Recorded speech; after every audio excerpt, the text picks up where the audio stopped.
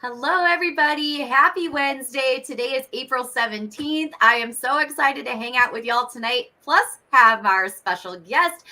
Please go ahead and grab whatever you need to get comfortable and cozy on this Wednesday evening, and we'll be back here in about 30 seconds.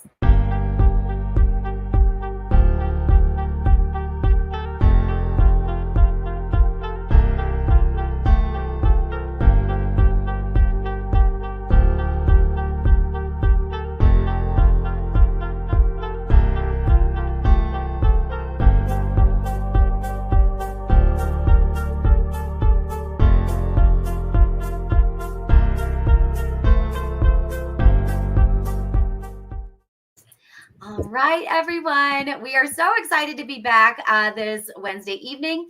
Before we hop into our content, we want to give everyone a quick reminder that EmpowerCon is back this summer. We're so excited about this one-day free mini conference for multilingual educators across every grade level. We will be in 3 different locations. On July 9th, we'll be in Normal, Illinois. July 16th, you'll see us in Wheeling. And July 23rd, we will be in Palos Hills. Make sure you find all of that information on our website because it's free and we don't want you to miss it. Last year, we did reach capacity. We had to cut off registration. So we don't want that to happen to you. We want to make sure you get your spot. So we're really excited for that. This evening, though, we're so excited because we're continuing our month-long celebration of Multilingual Learner Advocacy Month, and we're bringing in incredible authors to chat with. So tonight, I'm so excited to introduce you all to my friend, Sheila. Sheila, how are you? Very well, thank you. Thank you for having me. Yes. We are so excited to hang out with you this evening. If you are joining us live this evening, please go ahead and give us some comments, say hello. So Sheila, for the folks who don't know you yet and who are not connected to you yet, tell us a little bit about who you are and some of your passions. So my name is Sheila Glazov, and I live in the Chicagoland area, and I always consider myself an educator. I'm also a professional speaker and an author, and that's why we're here tonight, is to talk about my wonderful book called Princess Shayna's Invisible Visible Gift. And I call it wonderful because that's what I hear from the children and the parents and the teachers. And that really makes my heart smile because you know that I live in the Blue Village just like you do, Carly. Yes. And that's what makes us so happy, is helping other people. And like I said to you before, when you see the children recognize what village they live in or what color brain they have, it's an inside job, and they have that praiseworthy gift forever.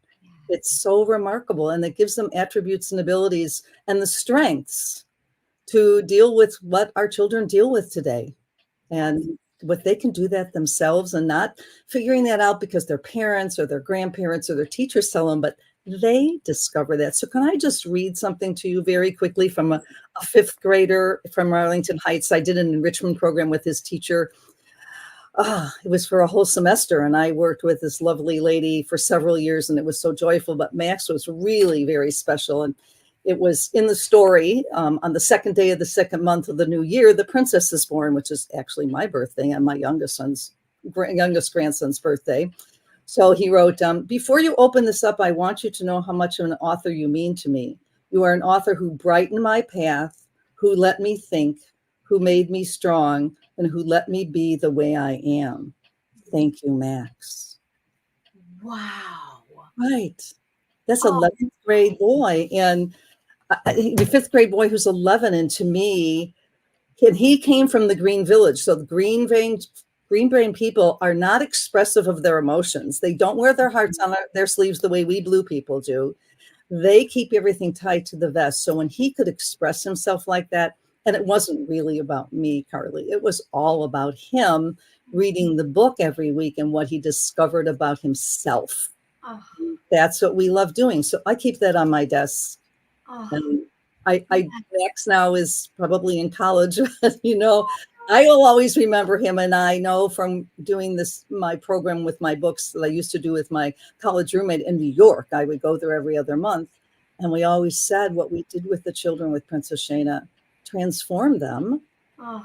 We know that they carry those things with them for the rest of their life. Yes. So that makes me really happy.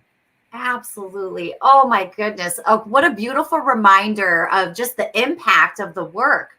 Right. And so you've referenced, and I've got two Okay. books right here of yours that are just beautiful. Why don't you tell us? You mentioned a little bit about color, and so for the folks who are watching who maybe haven't seen the books yet, tell us a little bit about your book.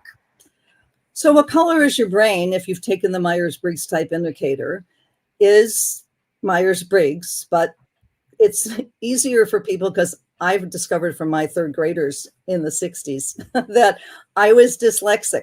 And so we were just studying that in the 60s. So that was really helpful to me. So learning Myers-Briggs, which is the mother of all personality type indicators, is fabulous. It's wonderful. However, I was confusing all the letters and not putting the 16 letters in the right order for 4 different personality types. So being an educator and an elementary school educator, for me, that was so much easier to do it with colors. And when we moved back from California, I was a English as a second language teacher at Barrington High School. So I knew that, these letters and words and things for people, if it's not your mother tongue, it's not always easy. So colors being our greatest stimulant, there it was. So that became What Color Is Your Brain? And it's been wonderful. Right now I'm doing a train the trainer program because people always want to be a trainer. And I'm at that point of saying, okay, I'll put this all together, 30 plus years of work. I've had to be very yellow and organized, and I've had to be very green and do all my research. And I did take a risk. I was very orange. I did take a risk and I bought a new computer. I bought a new Apple computer. So I've been using all my brain colors to do this. And this is what we want people to do, is to be able to use your brain colors and learn your attributes and abilities to create more harmonious relationships. Mm-hmm. And it's different. How you are at home may not be how you are at work, or even romantic relationships. So, and in the book, there's also information about our students, our children, and how their brain develops. Is when they're little people, their frontal lobe is the largest lobe in their brain. It doesn't develop till they're over 25 years old. That's why they need parents and teachers to help guide them and not be telling them what to do. I tell the students, these people are guiding you. And so that, to me, it's very exciting when people have that aha about that. And Princess Shayna was part of a program. I was at a Creative Problem Solving Institute in Buffalo, New York, 30 years ago.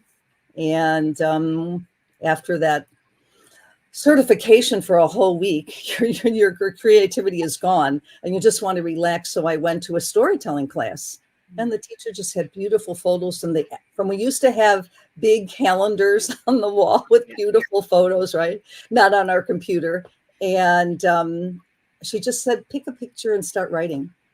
And it was just a free flow.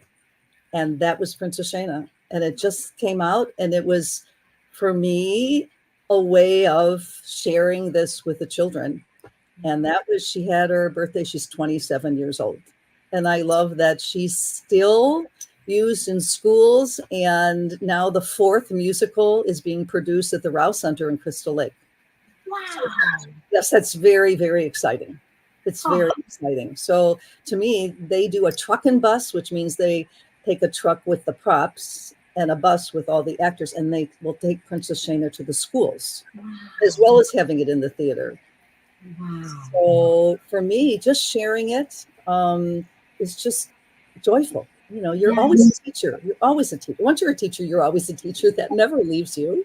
Yes. Right. And so for me, Princess Shayna teaches children that they can feel loved, safe, encouraged, and confident, and really confident in a trustworthy environment, be it home or school or their community.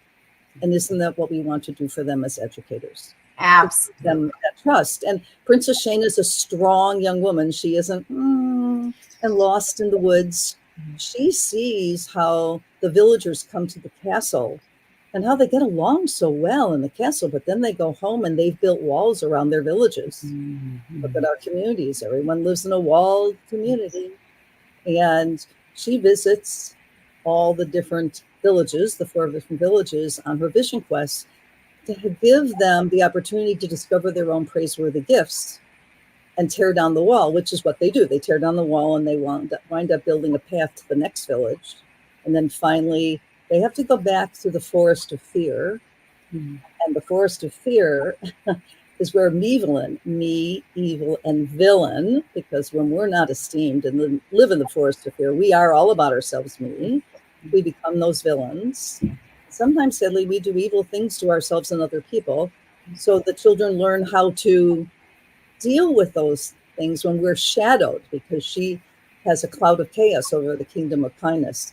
And we all feel shadowed at times, but how do we deal with that? And so they get through the forest of fear and they go back to the castle and they have a celebration and everybody learns about what's good about each village. And then they can travel to all the villages. And isn't that what we want to do? We have so many wonderful gifts from our different cultures and languages and religions. And it's really beautiful to do that. And as I said to you, my daughter-in-law is from Brazil. And my granddaughter and our youngest grandson are bilingual. And they are just beautiful people because we have this wonderful culture in our family that we never had before. Yes, yes.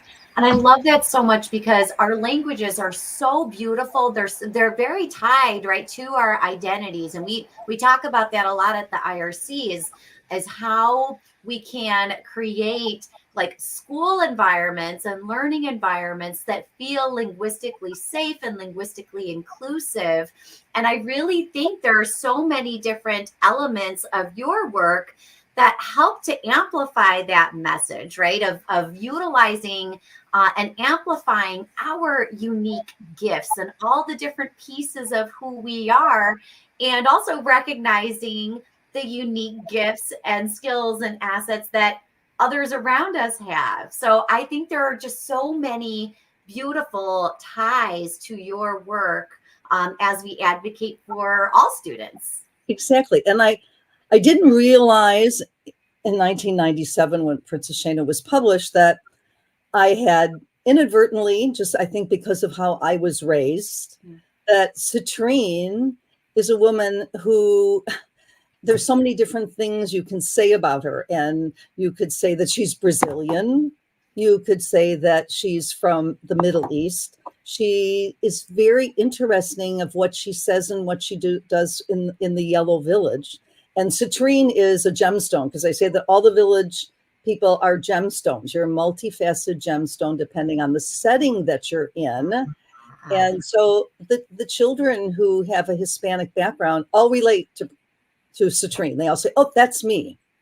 And then you have the blue villagers, and that's Spinell, and she's Native American. And then you have the green villagers, and that's Peridot, and he's Asian.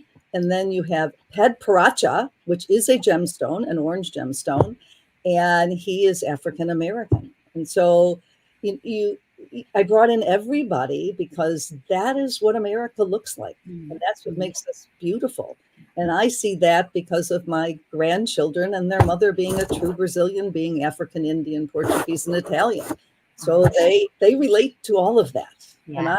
And I love that in my own family, that my grandchildren see that in Princess Shayna. That's very exciting, and how they all work together. And then you have the 4 emissaries, how they work together and help Princess Shayna go back to the castle after her vision quest. Yes. Oh, that's so incredible. And I think it's so beautiful too, like how you have, your unique connections in your own family and how that has kind of influenced, right? Some of the work, but I know this was written a while back, but like it's still so relevant, right? And even more so. I find that to be such a blessing because that never gets old. Right. Learning how to appreciate other people and their differences and respect them for their attributes and abilities is so exciting. When I have the children or the adults in workshops write down their praiseworthy gifts, they sort of look at me like deer in the headlights. Well, I'm not going to say that about myself. Yeah. It's so easy for them to say about their family and friends. I'm giving you an opportunity. Yeah. This is not self-centered. Yes. It's self-caring to learn about yourself. Yes. And then they get really busy writing. And that's what's really wonderful. And then I do an activity with them that I'm not going to share with you because I only do that in my programs, but it's really impactful of what they do to the paper they've written on. And then they go, oh my gosh, I need to be respectful to myself as well. Yes, yes. That's, And I appreciate you saying that, because I think educators and leaders, like I feel like a lot of us, especially for those of us who are in roles where we are constantly advocating for student groups that have been historically marginalized, historically oppressed, I think we're really, really good at pouring into others and finding and like tapping into the unique gifts that others have, especially our students. But we are often really, really hard on ourselves, and we're very forgiving of others. We do allow a lot of things from other people, but we often don't forgive ourselves. We're not patient with ourselves as much as we are with others. So I appreciate that. we're too hard on ourselves, and but it's wonderful to see people just light up, and then they share about their gifts, and they're just, people say, yeah, right. And their colleagues sitting next to them, their fellow teachers, fellow coworkers, like, wow, that's when I think about you too. And I think we need to be able to do that. But if we can start by doing that with our children, and the colors are a non-judgmental language. Yeah. And it's easy for people to understand, and our children to understand. And that to me is so important, to give them those gifts. And also, in 2011, I said to the publisher, I want to do a new second edition, and we did. And we added a whole paragraph about bully behavior. And it was about how to treat others, because it's very sad that we have this in our schools, in our communities, in our nation. And so I think that's a really important part of Princess Shayna, is this bully behavior of being kind to other people, even though they may not look like you or act like you. Yes. Find something in common with them that you enjoy. And then in Princess Shayna, in the back of the book, there's a gift giver's guide. And in the front of the book is in black and white, so the children can color it in themselves and make it their own book. But the back is colored. And then there are 2 questions for each of the gift giver guide pages. So it says, well, how would you feel if you lived in the Yellow Village? Who do you know who lived in the Yellow Village? What do you feel like when you're in the Forest of Fear? So it becomes a dialogue, Carly. And I think that's so important, to be communicating with our children, with our students. And I once did not sell a book to a gentleman who said that he was just going to give it to his son. And I said, well, you need to sit down and read this with your son. I showed him the gift giver. He said, I don't have time for that. I said, then I can't sell you my book. Wow. That interaction in the guide really gets conversations going, and really helps people understand one another so well. And I think that's another piece that was the teacher piece in me when I wrote it. And I did it with my college roommate, who's a special education educator.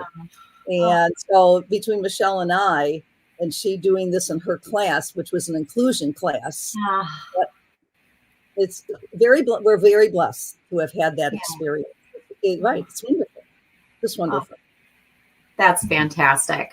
That's absolutely wonderful. So I know you mentioned like a lot of different things that kind of inspired the book, but at what point, because you've been doing this work for a long time, at what point did you say to yourself, I need to get this all captured? Like, I've got to get this all captured so that it can be shared, with different folks. I'm not sure I really consciously thought about that. Yeah. Princess Shayna was written before What Color Is Your Brain was written. Okay. And so I had met my publisher, and he said, do you do anything besides children's books? And I told him about my What Color Is Your Brain programs for teachers and for administrators and people in business, small business, large businesses, corporations. He said, well, that's a really interesting title. And so that's what helped me do What Color Is Your Brain. And it's sold over 36,000 copies.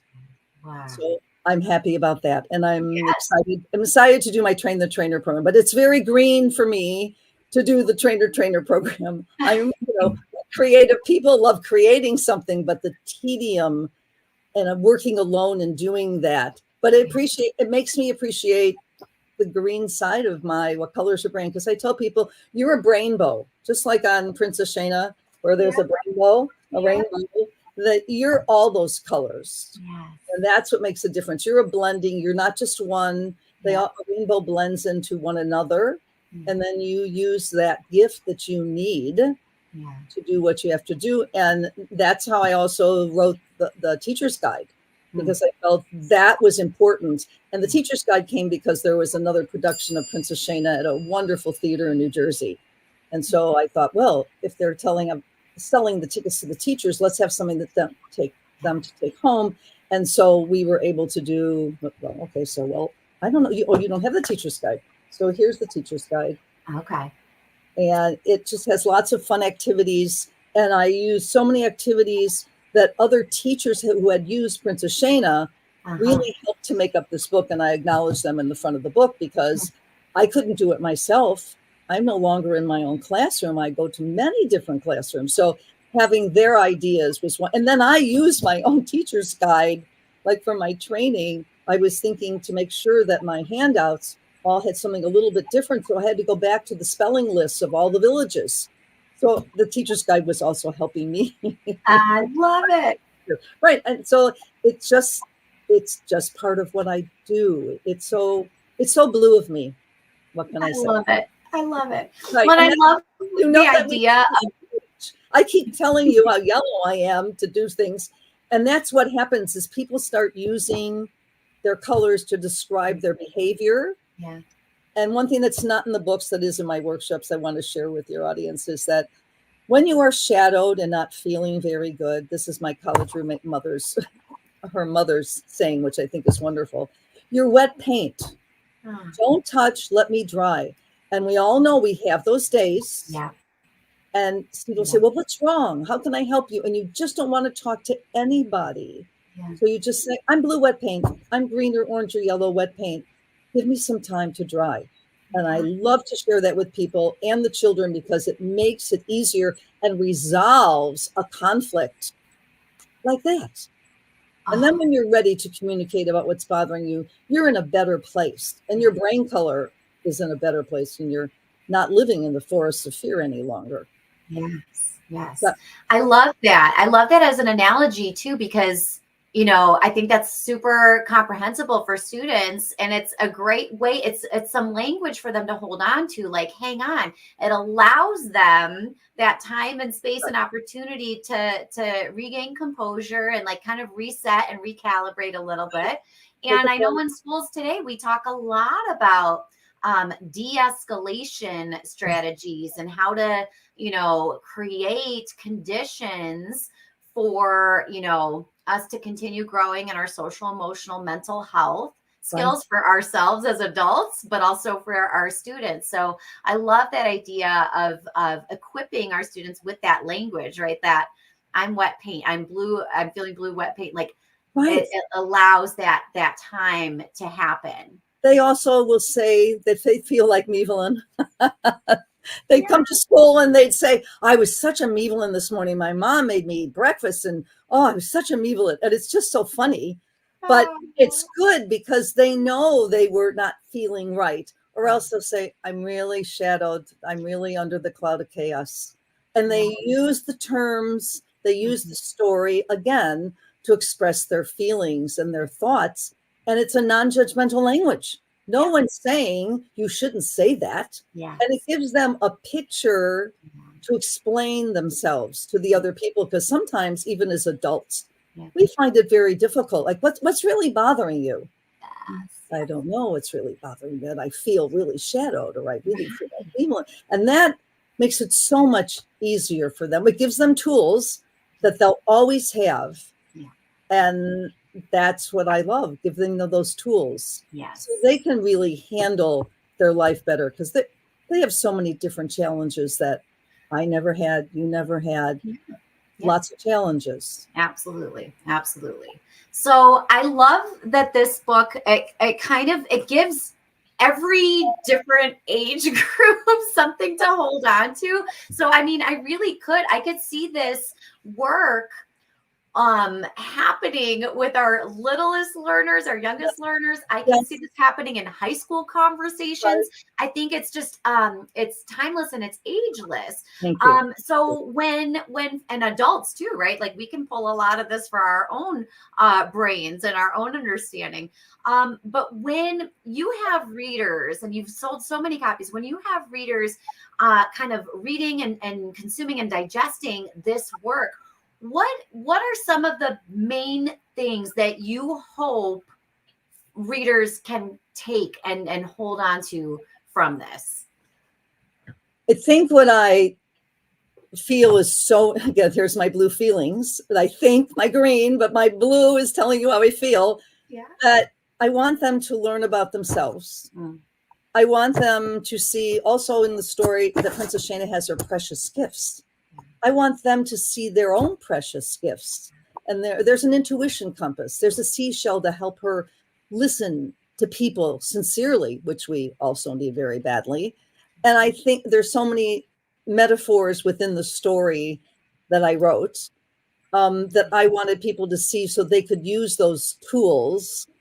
And that's to me the most important thing, that it becomes a tool. And I've sold the book to a Princess Shayna to adults, and then another book for their children or grandchildren, whatever, but for themselves, because it's easier for them to read. Yeah. And even for the little people, years ago, said, there are 18 chapters. It's a long book, Carly. And I say to parents when they buy it, or teachers, just read part of it. Just color a couple of pages. That's all. And then come back to it. Yeah. And my friend Susan, I remember before it was completed, and we had a writer's group, and she had a copy that wasn't anything, just my ideas and some of the writing. And she took it home to her children, and she started to skip some things. And Carolyn and Kreger said, no, you have to go back, Mom. You missed something. And so, to me, I think it's because it's so visual. Yeah. That really helps people understand themselves and other people, and it makes them feel more comfortable within themselves. Again, it's their own praiseworthy gifts. And to me, that's what's important for people to see that. And it is not self-centered. It is self-caring. And that's what I tell my clients in my programs. Yes. You're not being self-centered. You're being self-caring. And we need to stop and do that. And especially educators, because we never stop educating. Yeah. It never stops, ever. Yeah. And so you're always thinking, even in the grocery store, when the kids can't do their change, even though the machine tells them, the cash register tells them. Well, we always taught change in third grade. So here I am, the third grade teacher, teaching them at Jewel how to make their change. So I think, to me, that's really, it's the multicolored path back to the castle. It's people working together is what we want to see, what we want to do. Yeah, absolutely. That's really important to me. I love that. And I think, again, it's so timely and so relevant for this month as we're celebrating Multilingual Learner Advocacy Month and all of the work that our educators and leaders are doing to amplify, right, all of the wonderful, wonderful gifts that our students have and helping our students tap in and find those gifts. And also remembering we have those gifts as well. So, Sheila, as we start to wind down, I know you mentioned a few different things that you do, but how do you share these books and this work with others? Oh, well, thank you for asking. So being an educator, because people say you're a professional speaker. Yes, but you know what? That's what we are as educators. We are professional speakers.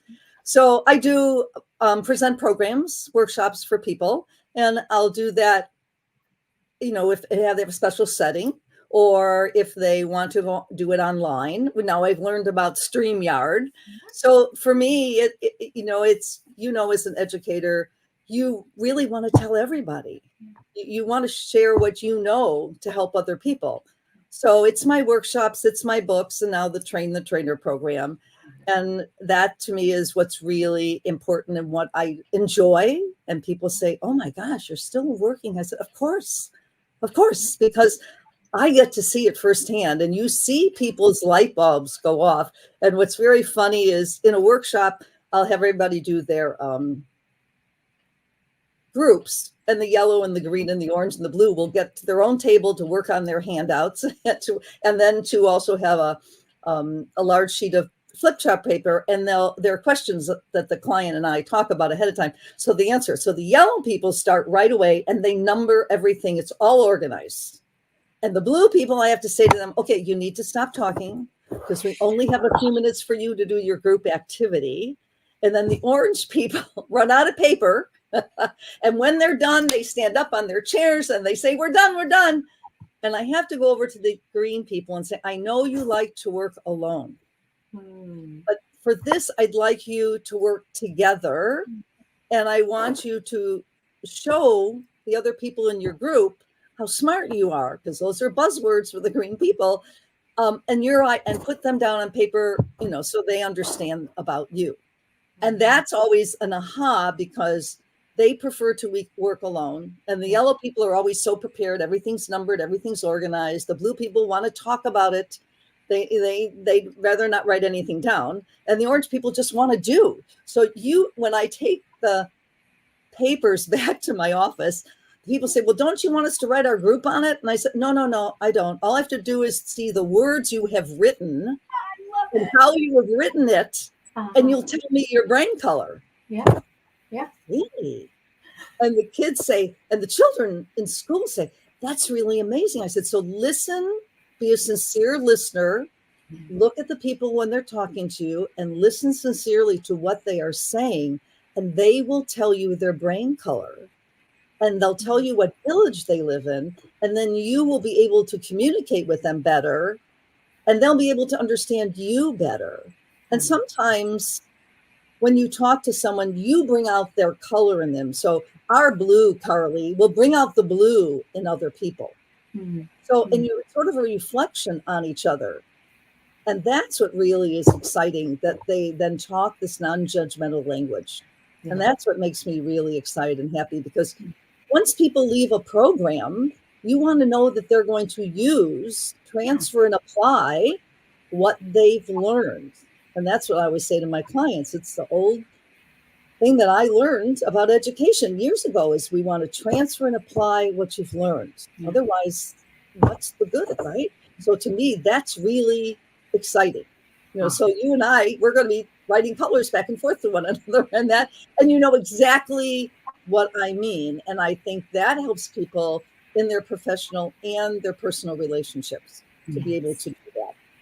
Yes, absolutely. Oh, well, Sheila, thank you so much for hanging out this evening and sharing your passions with us.